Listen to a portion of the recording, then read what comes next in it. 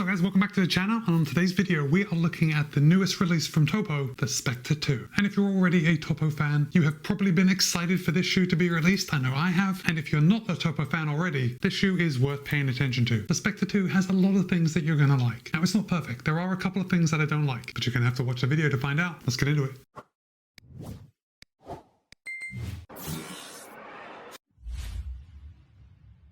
My friends, let's get started with those disclosures. Topo Athletic was good enough to send me the Spectre 2 for the purpose of review. However, they haven't told me what to say. They don't have any editorial privileges, and all the thoughts and opinions are my own. With that said, you can pick up a pair of the Topo Spectre 2 for $165. And of course, I'll place links in the show notes below in case you want to pick up a pair for yourself. Alright, let's get going with those specs, because I think that sets us up nicely. Now, the Topo Spectre 2 has 37 in the heel, 32 in the forefoot for a 5mm drop. Now, Topo has added an additional 2mm of stack height over last year's Spectre. Now, even with that near max stack height cushioning, Topo claims that in a US men's size 9 it will tip the scale at 7.6 ounces or 215 grams. However, in my size, a US men's size 13, it still only tips the scale at 10.1 ounces or 285 grams. So this shoe is pretty light, and it feels light in my hands now, and it definitely feels light when it's on my feet. Now, Topo is using an engineered mesh upper, and I'm a little surprised how thick it actually feels, but if I hold it up, you can see these lines running through the toe box. I mean, they run all the way down, but they're especially noticeable on the toe box. In the area where the lines are, the mesh is very thin, so it makes the toe box extremely breathable. You can already see the heel collar right here. We've got a good amount of padding. I mean, it's not a lot, but it's more than enough to keep your heel locked in nicely, which may be surprising when we look at the heel counter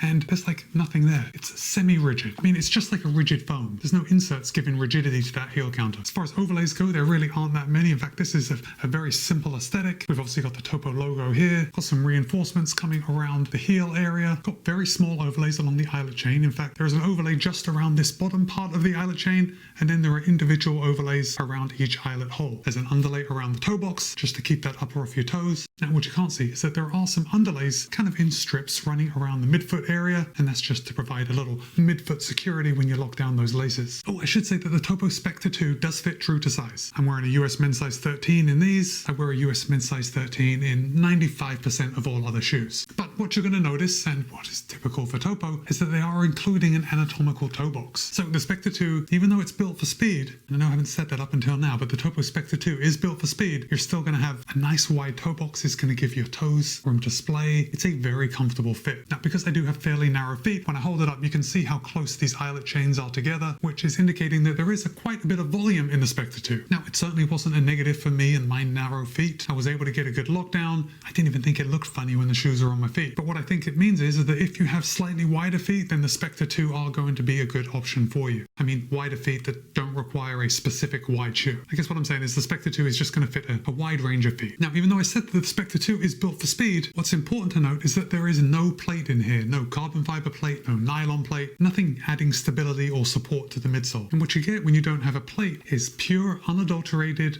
uncut beaded Pebax, and that's name brand Pebax. None of this off-brand Peba nonsense. This is 100% Pebax through and through, and that's also an upgrade over last year's original Spectre. Last year they used a centerpiece of Peba with an EVA carrier. This year they've done away with the EVA. We've got nothing but Peba all the way around. And what you get when you have a full Peba shoe is a really nice ride. And because there is no plate, the shoe is a lot more flexible on your foot. However, now that I'm actually bending it up, it's really not as flexible as I thought it might be, but it's still a lot more flexible than a shoe with a plate in it, which in my experience leads to a much more traditional and fun and refreshing ride than a shoe with a plate in it. Because we've been inundated with plated shoes, it's just fun to run in a shoe that isn't plated. And the Spectre 2 really delivers on that for me. Now, if we come down to the outsole, we can see we've got rubber strategically placed. It's quite a bit up here on the forefoot, but the rubber in the places where we need it here on the back. Now, I am noticing a little bit of wear here on my lateral edge. In fact, all the grooves have been worn away, like the really tiny micro grooves that have been worn into the rubber.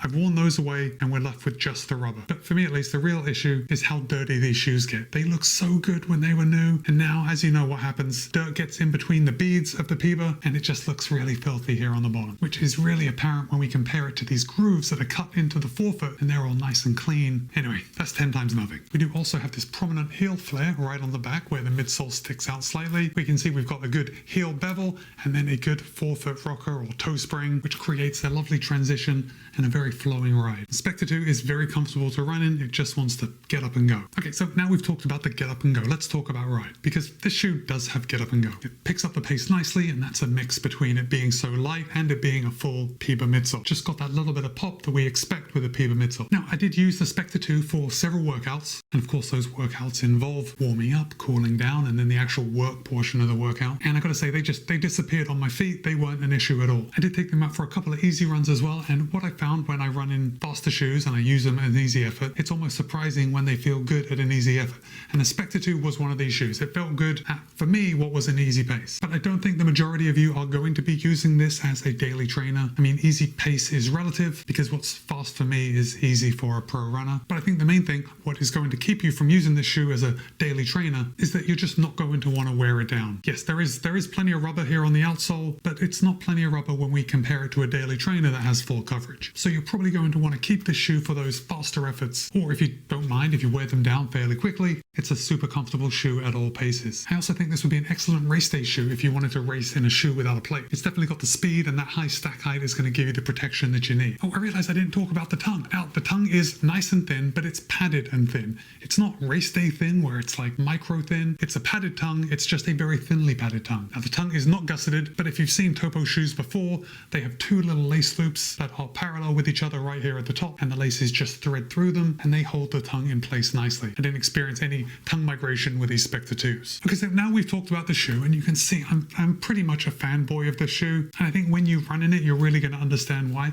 For $165, you get a lot of bang for your buck here. But the thing I didn't like, and the thing that is going to keep me from using the Spectre 2 a lot over the next couple months, is that the shoe seemed to put on a lot of weight when I was running. Now, I do have to remind you that I live in Florida, and it's very hot and it's very humid here in the summer, and in the Spectre 2's defense, when I go out for a run, I am soaking any shoe that I put on my foot. However, because of that, because I am soaking every shoe that I wear, it seemed to me that the Spectre 2 was putting on more weight than other shoes might. At least that's how it seemed to me. So I think this engineered mesh is just very absorbent. And rather than this Ortholite insole is also extremely absorbent. And I know that because when I finish the run and I need to dry out these shoes, I take out the insole and I stuff the shoe with newspaper, and then before I hang up the insole, I roll it up and I wring it out. And I'm sorry to be so gross, but I am able to wring out a lot more sweat out of the Spectre 2 Ortholite insole than I am out of other shoes. And my only other complaint with the Spectre 2 is, again, with this insole, it's very floppy. And look, I'm going to want you to comment if you feel the same way, but for those of you that do remove the insole from your shoes, I just find it very satisfying when an insole can be slid back into the shoe